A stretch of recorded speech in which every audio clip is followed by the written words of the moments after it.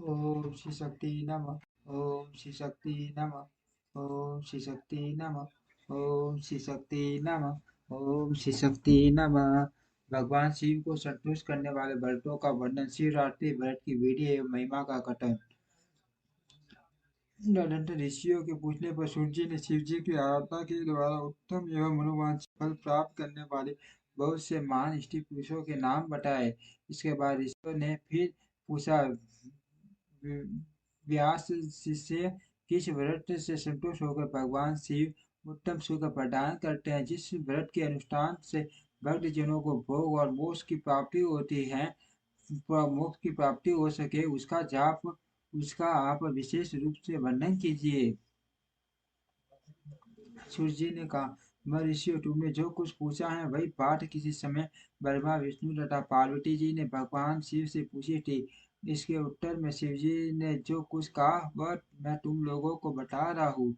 भगवान शिव बोले, मेरे बहुत से व्रत हैं जो भोग और मोक्ष प्रदान करने वाले हैं। उनमें मुख्य 10 व्रत हैं। जिन जिन जाबाल सूटी के विद्वान 10 व्रत कर कहते हैं, दिविजों को सदा यत्नपूर्वक इन व्रतों का पालन करना चाहिए। हरे प्रत्येक अष्टमी को केवल रात में ही भोजन करे। विशेष कृष्ण पक्ष की अष्टमी को भोजन का छोटा त्याग कर दे। शुक्ल पक्ष की एकादशी को भी भोजन छोड़ दे, किंतु कृष्ण पक्ष की एकादशी में रात में मेरा पूजन करने के पश्चात भोजन किया जा सकता है। शुक्ल की त्रयोदशी को तो रात में भोजन करना चाहिए। सही है, परंतु कृष्ण पक्ष की चतुर्दशी को शिव व्रतधारी पुरुषों के लिए भोजन का सट्टा निषेध है। दोनों पक्षों में प्रत्येक सोमवार को प्रयत्न पूर्वक केवल रात में ही भोजन करना चाहिए। शिव के व्रत में तत्पर रहने वाले लोगों के लिए यह अनिवार्य नियम है। इन सभी व्रतों में व्रत की पूर्ति के लिए अपनी शक्ति के अनुसार शिव भक्त ब्राह्मणों को भोजन कराना चाहिए। शिवजों का इन सब व्रतों का नियम पूर्वक पालन करना चाहिए। जो दिव्य इनका त्याग करते हैं वे चोर होते हैं। मुक्ति मार्ग में प्रवीण पुरुषों को मोक्ष की प्राप्ति कराने वाले 4 व्रतों का नियम पूर्वक पालन करना चाहिए। वे 4 व्रत इस प्रकार है। भगवान शिव की पूजा पूजा चंद मंत्रों का जप, शिव मंदिर में उपवास तथा काशी में मरण, ये मोक्ष की सनातन मार्ग है। सोमवार की अष्टमी और कृष्ण पक्ष की चतुर्दशी, इन 2 तिथियों को उपवास पूर्वक व्रत रखा जाए तो वह भगवान शिव को संतुष्ट करने वाला होता है। इसमें अन्यथा में विचार करने की आवश्यकता नहीं है। इन चारों में भी शिवरात्रि का व्रत ही सबसे अधिक बलवान है। इसीलिए भोग और मोक्ष रूपी फल की इच्छा रखने वाले लोगों को मुख्य उसी का पालन करना चाहिए। इस व्रत को छोड़कर दूसरा कोई भी मनुष्य के लिए हितकारक व्रत नहीं है। यह व्रत सबके लिए धर्म का उत्तम साधन है। निष्काम अथवा सकाम भाव रखने वाले सभी मनुष्यों को वर्णों, आश्रमों, इष्ट, दासों, दासियों तथा देवता आदि सभी देहधारियों के लिए यह श्रेष्ठ व्रत हितकारक गया है। माघ माघ मास के कृष्ण पक्ष में शिवरात्रि तिथि का विशेष महात्म्य बताया गया है। जिस दिन आधी रात के समय तक वह तिथि विद्यमान हो, उसी दिन उसे व्रत के लिए ग्रहण करना चाहिए।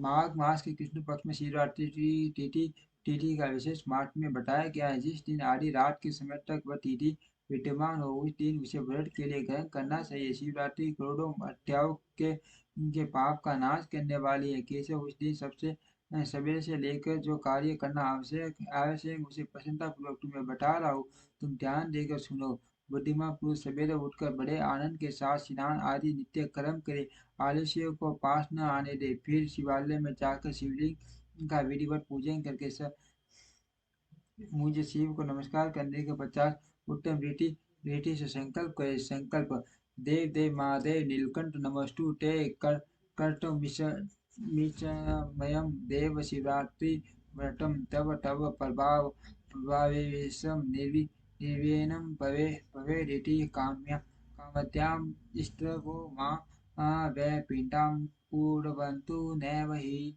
देव देव महादेव नीलकंठ, आपको नमस्कार है। देव मैं आपकी शिवरात्रि व्रत का अनुष्ठान करना चाहता हूँ। देवेश्वर देवेश्वर आपके आपके प्रभाव से यह व्रत बिना किसी विघ्न बाधा के पूर्ण हो और काम आदि शत्रु को मुझे पीड़ा न दे। ऐसा संकल्प करके पूजन सामग्री का संग्रह करें और उत्तम स्थानों में जो शास्त्र प्रसिद्ध शिवलिंग हो उसके पास रात में जाकर स्वयं उत्तम विधान का संपादन करें। फिर शिव के दक्षिण या पश्चिम भाग में सुंदर स्थान पर उनके निकट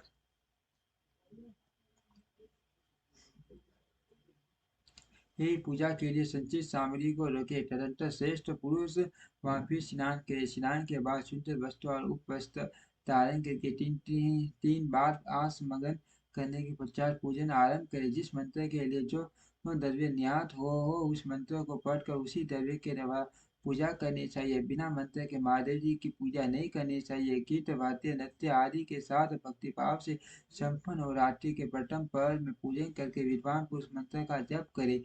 यदि मंत्र यज्ञ पुरुष उस समय श्रेष्ठ पार्थिव लिंग का निर्माण करे तो नित्य कर्म करने के पश्चात पार्थिव लिंग का ही पूजन करे। पहले पार्थिव बनाकर पीछे उसकी विधिवत स्थापना करे। फिर पूजने के पश्चात नाना प्रकार के स्रोतों द्वारा भगवान वृषभध्वज को संतुष्ट करे। बुद्धिमान पुरुष को चाहिए कि उस समय शिवरात्रि व्रत के महात्म्य का पाठ करे। श्रेष्ठ भक्त अपने व्रत की पूर्ति के लिए उस महात्म्य को श्रद्धापूर्वक सुने। रात्रि के चारों पहरों में चार पाठी लिंग का निर्माण करके आह्वान से लेकर विसर्जन तक क्रमश उनकी पूजा करे और बड़े उत्सव के साथ प्रसन्नतापूर्वक जागरण करे। प्राप्त काल स्नान करके पुण्य पर वह पार्थिव शिव का स्थान और पूजन करे। इस तरह व्रत को पूरा करके हाथ जोड़ मस्तक झुकाकर बारंबार नमस्कार पूर्वक भगवान शंभु से इस प्रकार प्रार्थना करे। प्रार्थना एवं एवं विसर्जन नियमो यो महादेव कट सर्वदा ज्ञाय विशु जयते मया स्वामिन व्रतम जातमनुत्तमम् जातमनुत्तमं व्रतेनानेन देवी से यदा शक्ति कर्तेन स संतुष्टो भव सर्वदा कृपा करो ममोपरि। मारे आपकी आज्ञा से मैंने जो व्रत ग्रहण किया था स्वामी व परम उत्तम व्रत पूर्ण हो गया।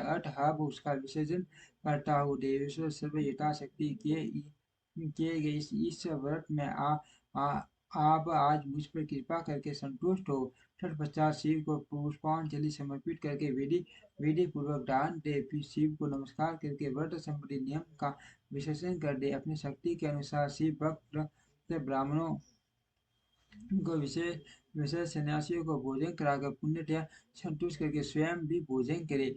हरे शिवरात्रि के प्रत्येक पर्व में श्रेष्ठ शिव भक्तों को जिस प्रकार विशेष पूजा करनी चाहिए उसे मैं बताता हूँ सुनो। प्रथम पर्व में पार्थिव लिंग की स्थापना करके उनके सुंदर उपचारों द्वारा उत्तम भक्ति भाव से पूजा करें। पहले घंट पुष्प आदि 5 द्रव्यों द्वारा सदा महादेव जी की पूजा करनी चाहिए।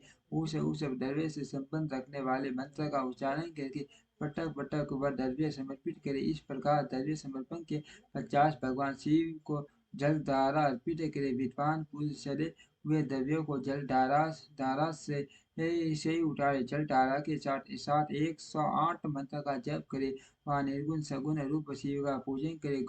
गुरु से प्राप्त हुए मंत्र द्वारा भगवान शिव की पूजा करे। अन्यथा नाम मंत्र द्वारा सदा शिव का पूजन करना चाहिए। विशिष्ट संतन अखंड सावर और काले तिलों से परमात्मा शिव की पूजा करनी चाहिए। कमल और कनेर के फूल चढ़ाने चाहिए। 8 नाम मंत्रों द्वारा शंकर जी को पुष्प समर्पित करें। ये वे 8 नाम इस प्रकार हैं। भव सर्व रुद्र पशुपति उग्र मान भीम और ईशान। इनके आरंभ में श्री और अंत में चतुर्थी विभक्ति छोड़कर श्री श्री भवाय नमः इत्यादि नामों मंत्रों द्वारा शिव का पूजन करें। पुष्प समर्पण के पश्चात धूप दीप और नैवेद्य निवेदन करें। पहले पहर में विद्वान पुरुष नैवेद्य के लिए पकवान बनवा ले। फिर फिर फल युक्त विशेष साध्य देकर तांबूल समर्पित करे। तदनंतर नाम नमस्कार और ध्यान करके गुरु के दिए हुए मंत्र का जप करे। गुरु मंत्र न हो तो पंचाक्षर नमः शिवाय मंत्र के जप से भगवान शंकर को संतुष्ट करे। धेनु मुद्रा दिखाकर उत्तम जल से तर्प करे। 50 अपनी शक्ति के अनुसार 5 ब्राह्मणों को भोजन कराने का संकल्प करे। फिर जब तक पहला पर्व पूरा न हो जाए तब तक मान उत्सव उत्सव करता रहे।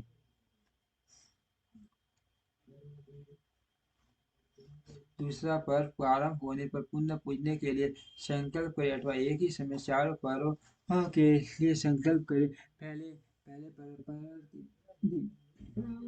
पूजा पूजा करता रहे। पहले पूर्वोक्त द्रव्यों से पूजन करके फिर जल द्वारा समर्पित करे। प्रथम पैर की अपेक्षा दुगने मंत्रों का जप करके करके शिव की पूजा करे। पूर्वोक्त तिल जौ तथा कमल पुष्पों से शिव की रचना करे। विशेष बिल्व पत्रों बिल्व पत्रों से परमेश्वर शिव का पूजन करना चाहिए। दूसरे पर्व में बिजौरा नींबू के साथ अर्घ्य देकर देकर देकर खीर का नैवेद्य निवेदन करें।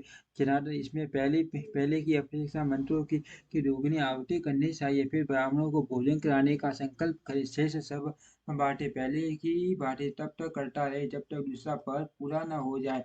तीसरे पर्व के आने पर पूजन तो पहले के समान ही करे, किंतु जौ के स्थान में गेहूं का उपयोग करे और आग के फूल चढ़ाए। उसके बाद नाना प्रकार के धूप एवं दीप देकर देकर पुए का नैवेद्य भोग लगाए। उसके साथ भांति के साग भी अर्पित करे। इस प्रकार पूजन करके कपूर से आरती उतारे।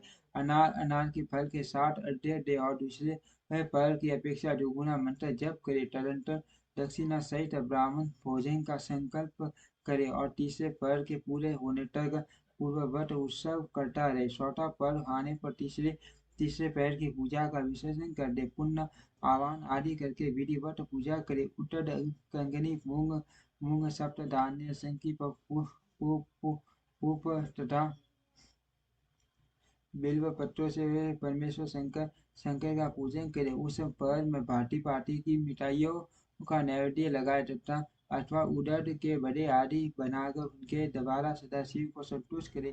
केले के फल के साथ अथवा अन्य विविध फलों के साथ शिव को अर्घ्य दे। तीसरे पर्व की अपेक्षा टूना मंत्र जप करे और यथाशक्ति ब्राह्मण भोजन का संकल्प करे। गीत वाद्य तथा नृत्य से शिव की आराधना पूर्वक समय बिताए जनों को तब तक मान उत्सव करते रहना चाहिए जब तक अरुणोदय न हो जाए। अरुणोदय होने पर पुण्य स्नान करके भांति के पूजनों प्रसारों और उपहारों द्वारा शिव की रचना करे। तत्पश्चात अपनी अभिषेक कराए। नाना प्रकार के दान दे और पर्व की संख्या के अनुसार ब्राह्मणों को तथा सन्यासियों को अनेक प्रकार से भोज्य पदार्थों का भोजन कराए। फिर शंकर को नमस्कार करके पुष्पांजलि दे और बुद्धिमान पुरुष उत्तम स्तुति करके निम्नलिखित मंत्रों से प्रार्थना करे।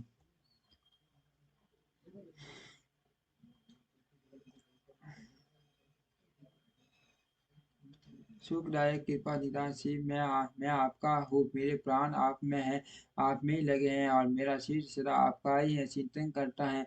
यह जानकर आप जैसा उसे समझे वैसा करे। भूतनाथ मैंने जानकर अनजान में जो जप और पूजन आदि किया है उसे समझ कर दया सागर होने के नाते ही आप मुझ पर प्रसन्न हो। इस उपवास व्रत से जो फल हुआ वो उसी से सुखदायक भगवान शंकर मुझ पर प्रसन्न हो। महादेव मेरे कुल में सदा आपका भजन होता रहे। जहाँ जहाँ के आप इष्ट देवता न उस कुल में मेरा कभी जन्म न हो। इस प्रकार प्रार्थना करने के पश्चात भगवान शिव को पुष्पांजलि समर्पित करके ब्राह्मणों से तिलक और आशीर्वाद ग्रहण करे। तदंतर शंभु का विसर्जन करे। जिसने इस प्रकार व्रत किया हो उससे मैं दूर नहीं रहता। इस व्रत के फल का वर्णन नहीं किया जा सकता। मेरे पास ऐसी कोई वस्तु नहीं है जिसे शिवरात्रि व्रत करने के लिए मैं दे न डालूं। जिसके द्वारा अनायास ही इस व्रत का पालन हो गया उसके लिए भी अवश्य ही मुक्ति का बीज ही बो दिया गया। मनुष्य को प्रति मास भक्ति पूर्वक शिवरात्रि व्रत करना चाहिए। तत्पश्चात इसका उद्यापन करके मनुष्य सांगोपांग फल लाभ करता है। इस व्रत का पालन करने से मैं शिव निश्चयी उपासकों के समस्त दुखों का नाश कर देता हूँ और उसे मैं भोग मोक्ष आदि संपूर्ण मनोवांछित फल प्रदान करता हूँ। सूर्य कहते हैं महर्षि भगवान शिव का यह अत्यंत हितकारक और अद्भुत वचन सुनकर श्री विष्णु अपने धाम को लौट कर आए।